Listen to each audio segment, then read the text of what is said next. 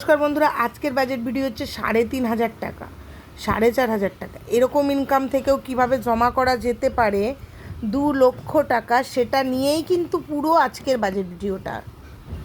তো আজকে কিন্তু পুরো ভিডিওটা অবশ্যই দেখবেন। আমি আজকে বলে দেবো যে কীভাবে ৩,৫০০ টাকা মান্থলি ইনকাম হলেও কিভাবে জমা করা যেতে পারে ২ থেকে ৩ লক্ষ টাকা, সেটা নিয়ে আজকে ভিডিওটা। তো প্রথমেই বলি, এটা রিকোয়েস্ট করেছিল সঙ্গীতা দিভাই। উনি আমাকে কমেন্ট করে বলেছিলেন যে ওনার ৮,০০০ টাকা ওনার হাজব্যান্ডের মান্থলি ইনকাম, আর ওনারা রুম রেন্টে থাকেন ৩,৫০০ টাকার। তো ৩,৫০০ টাকা রেন্ট মানে ওনার ৩,৫০০ টাকা যদি মাইনাস করি তাহলে ৪,৫০০ টাকা, মাত্র ৪,৫০০ টাকা। এবার ওখান থেকে ১,০০০ টাকা যদি আমি সেভিংসের আলাদা সরিয়ে দিই তাহলে থাকছে বাজেট কিন্তু ৩,৫০০ টাকা। তো ৩,৫০০ টাকায় কীভাবে পুরো সংসারটা চালাবে বা জমা করবে ২,০০,০০০ টাকা, এগুলো নিয়ে আজকের বাজেট ভিডিও। তো প্রথমে আমি কি করেছি, রুম রেন্টটা যেটা কি যথারীতি ৩,৫০০ টাকা, সেটা আমি আলাদা করে ৮,০০০ টাকা করে দিয়েছি। ঠিক আছে, মানে ৮,০০০ টাকা থেকে ৩,৫০০ আলাদা করে ৪,৫০০ টাকা হয়েছে।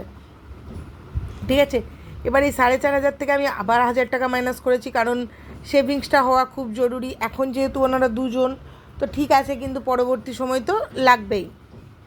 তো এই জন্য এটা কিন্তু আমি আলাদা করে রেখেছি, মানে ১,০০০ টাকা সেভিংস করে রেখেছি। তো এই ১,০০০ টাকা আলাদা করে সরিয়ে নিয়ে ওনার বাজেট থাকছে ৩,৫০০। ৩,৫০০-এর মধ্যে ইলেকট্রিক বিল ২০০ টাকা, মানে একটা ফ্যান একটা লাইট। তো এটা মান্থলি ৬০০ টাকার বেশি বিল আসার কথা না। ঠিক আছে, একটা মানে একটা যেটা নর্মালি, যেহেতু ইনকাম কম সেহেতু লাইফস্টাইলটা সেই মতোই রাখতে হবে। তো সেই জন্য 150-200 টাকার বেশি কিন্তু মান্থলি ইলেকট্রিক বিল আসবে না।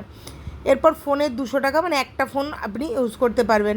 গ্যাসের জন্য 400 টাকা, যেটা কি যথারীতি একটা সিলিন্ডার গ্যাস 2 থেকে 2.5 মাস সুন্দরভাবে চলবে, তো অসুবিধা হওয়ার কথা না। মেডিসিনের জন্য আলাদা করে 50 টাকা রেখেছি, স্পেশাল দিনের জন্য 100 টাকা রেখেছি।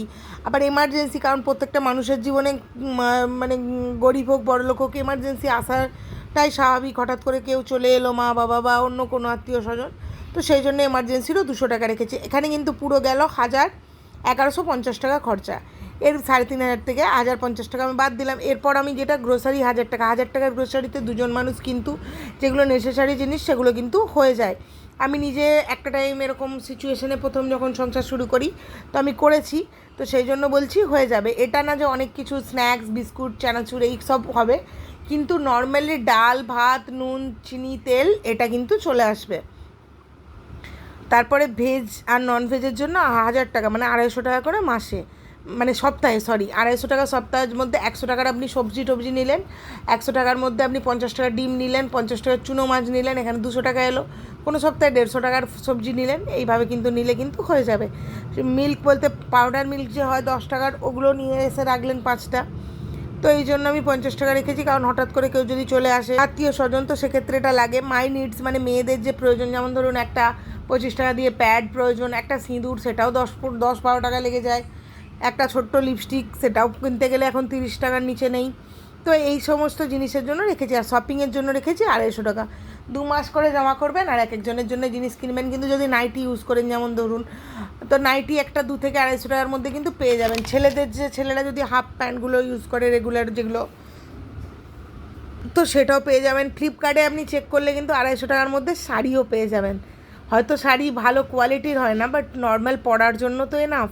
তো এখানে 250 টাকার কিন্তু আপনি অনলাইনে দেখুন, ফ্লিপকার্ট মিশো এগুলোতে কিন্তু 250 টাকার মধ্যে আপনি চুড়িদার পাবেন, শাড়ি পাবেন। ছেলেদের জিন্স তো হবে না, কিন্তু মোটামুটি ট্রাউজার প্যান্টগুলো হবে, টি শার্ট হবে। জিন্সের ক্ষেত্রে আপনাকে আরও মোটামুটি 399 টাকা থেকে জিন্স আছে, তো সেটা পাবেন।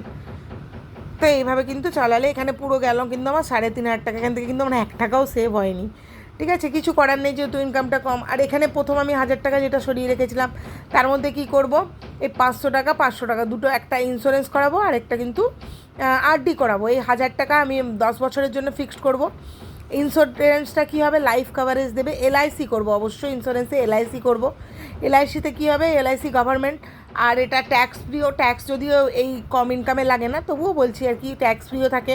আর লাইফ কাভারেজও দেয়। আবার যদি আপনার কিছু না হয়, ভগবান না করুক, তাহলে সেক্ষেত্রে কিন্তু আপনি এই টাকাটা পাবেন, সুদ সমেত ইন্টারেস্ট সমেত রিটার্নও পাচ্ছেন। তো সেটাও একটা প্লাস পয়েন্ট।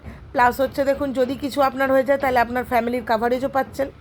আর এই আরডিও একটা করে রাখলেন 500 টাকার, ঠিক আছে। এইখানে গেল, মানে এই 3 মাসে 1500 টাকা এরকম কিন্তু এলআইসির আসে প্রিমিয়াম। তো আপনি এগুলো কিন্তু দেখে চেক করে, যারা এলআইসি করেন তাদের কাছে খোঁজ করুন, ওটা গভর্নমেন্টের, তাহলে ফ্রড হওয়ারও চান্স নেই।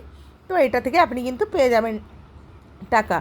2 লক্ষ টাকা কিন্তু এই 1000 টাকা জমা করবেন। আর এই যে সেভিংস অ্যাকাউন্টে যে আমি 250 টাকা রাখতে বলবো, এটা কোথা থেকে দেখুন, এমার্জেন্সি তো আর প্রত্যেক দিন আপনার ঘরে কেউ প্রত্যেক মাসে আসছে বা এমার্জেন্সি পড়ছে এটা না। এই যে 200 টাকা আর এই যে মেডিসিনের 50 টাকা, এই যে 250 টাকা, এই 250 টাকা কিন্তু আপনি সেভিংস অ্যাকাউন্টে ফেলে রাখবেন। যদি কেউ এলো আপনার প্রয়োজন হলো তো ভালো, তা না হলে কিন্তু এটা আপনার সেভ হলো।